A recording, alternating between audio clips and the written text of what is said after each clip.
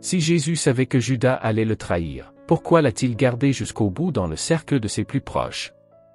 Au sein de ses nombreux disciples, Jésus en sélectionna 12 pour être ses plus proches collaborateurs, chargés de partager et de perpétuer sa mission. Ce choix, loin d'être pris à la légère, fut le résultat d'une nuit entière de prière. Cependant, à un certain moment, Jésus se rend compte d'un changement chez l'un d'entre eux, Judas, l'un des 12. Il perçut que Judas s'éloignait intérieurement de lui, et il comprit même qu'il allait le livrer, comme le rapportent les évangiles. Selon l'évangile de Jean, cette prise de conscience eut lieu dès la période en Galilée, bien avant les événements à Jérusalem qui devaient conduire à la crucifixion, Jean 6 versets 70 à 71. On peut se demander pourquoi Jésus n'a pas écarté Judas de son intime à ce moment-là, mais l'a plutôt maintenu près de lui jusqu'à la fin.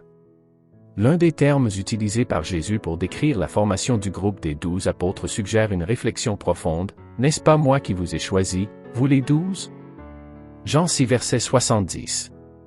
Le verbe « choisir » ou « élire » revêt une importance capitale dans le récit biblique. Dieu a choisi Abraham et élu Israël pour en faire son peuple.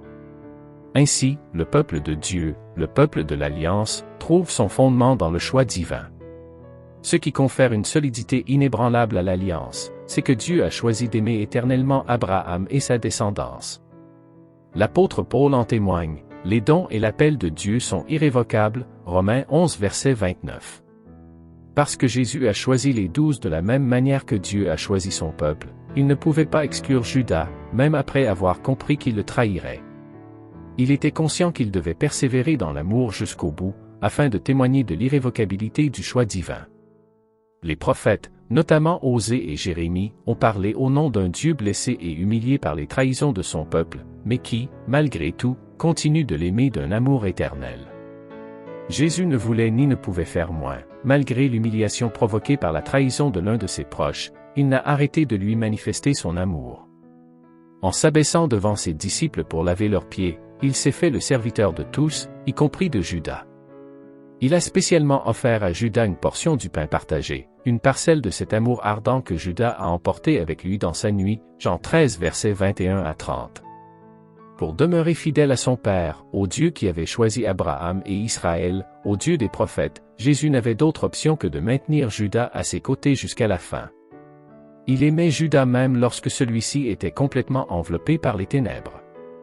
Comme le souligne l'Évangile, la lumière luit dans les ténèbres, et les ténèbres ne l'ont point reçue. Jean 1 verset 5. Au moment où Jésus offrait son amour à Judas, l'aimant sans réserve et au-delà de toute mesure, l'Évangile mentionne que c'est à ce moment-là que Jésus fut glorifié, Jean 13 verset 31. Dans la nuit la plus obscure, teintée de ressentiment et de haine, il manifeste l'éclat extraordinaire de l'amour divin. Pourquoi les évangiles sont-ils si discrets sur les motifs de Judas? Il est remarquable que les premiers chrétiens n'aient pas occulté le fait qu'un des 12 apôtres avait livré Jésus aux autorités hostiles. Ce fait susciter des interrogations sur la personne même de Jésus. Aurait-il commis une erreur dans le choix de ses compagnons? Cependant, il est tout aussi surprenant que les évangiles offrent peu d'informations sur les motivations de Judas. A-t-il été déçu en comprenant que Jésus n'était pas un messie porteur d'un programme de libération politique? A-t-il pensé agir dans l'intérêt de son peuple en mettant fin à la carrière de Jésus?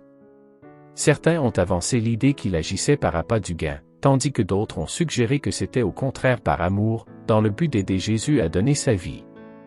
Concernant les motivations de l'action de Judas, les évangiles fournissent seulement 2 indications. L'une d'entre elles évoque le rôle du diable, c'est lui qui a mis dans le cœur de Judas le projet de le livrer, Jean 13 verset 2. Cependant, cela ne fait qu'ajouter à l'énigme. Le diable, ou le Satan, est celui qui s'oppose, reproche, calomnie. Jésus aperçut le ressentiment qui avait pris naissance dans le cœur de Judas et qui s'y était enraciné jusqu'au point de non-retour.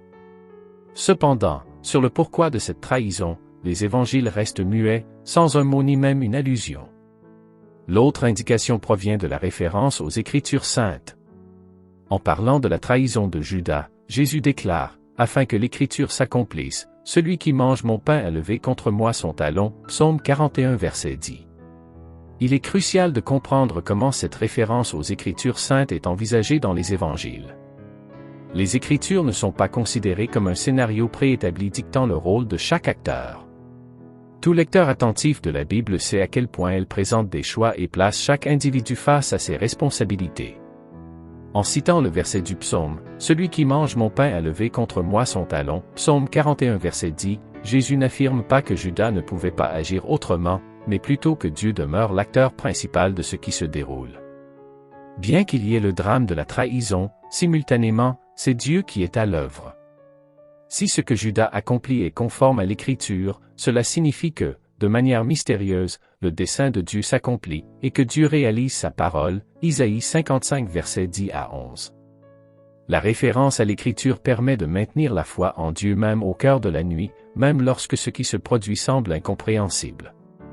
Si le ressentiment et la haine de Judas restent incompréhensibles, l'amour de Jésus, jusqu'à la fin, est encore plus au-delà de toute compréhension. Les évangiles sont si réservés quant aux motifs de Judas parce qu'ils ne cherchent pas à satisfaire notre curiosité, mais plutôt à nous conduire vers la foi. Ils ne dévoilent pas l'abîme de ténèbres du drame de Judas, mais révèlent plutôt l'insondable et incompréhensible profondeur de l'amour de Dieu. Chers frères et sœurs en Christ, méditons ensemble sur la sagesse et les valeurs qui émanent de la décision de Jésus de maintenir Judas parmi ses plus proches, malgré la trahison imminente. La première qualité qui ressort de cette décision divine est l'infinie sagesse de notre Seigneur. Dans sa connaissance parfaite de toutes choses, Jésus a choisi de faire face à la trahison avec une sagesse transcendante. Plutôt que de réagir impulsivement, il a gardé Judas près de lui, démontrant ainsi une sagesse qui dépasse notre compréhension humaine. Frères et sœurs, pouvons-nous chercher cette même sagesse divine dans nos propres décisions, comprenant que Dieu agit souvent d'une manière qui va au-delà de nos pensées limitées. La deuxième qualité qui émerge est l'amour inconditionnel de Jésus. Même en connaissant le cœur sombre de Judas, Jésus a persisté dans son amour. Il a aimé Judas jusqu'à la fin, offrant un exemple vivant de l'amour agapé, un amour divin qui transcende les circonstances et les actions humaines. Frères et sœurs, que cet amour de Jésus soit un modèle pour nous, nous rappelons d'aimer même ceux qui peuvent nous causer du tort. En gardant Judas près de lui, Jésus nous enseigne également sur la patience divine. Bien que Judas ait été l'instrument de sa trahison, Jésus n'a pas agi avec précipitation. Il a attendu que le drame se déroule, manifestant ainsi la patience infinie de Dieu envers chacun de nous. Puissions-nous apprendre à attendre avec patience les desseins divins dans nos propres vies, sachant que Dieu travaille à travers chaque circonstance pour notre bien. Une autre valeur que nous devons souligner est la confiance de Jésus dans le plan divin. Il savait que la trahison de Judas était un élément essentiel du plan rédempteur de Dieu.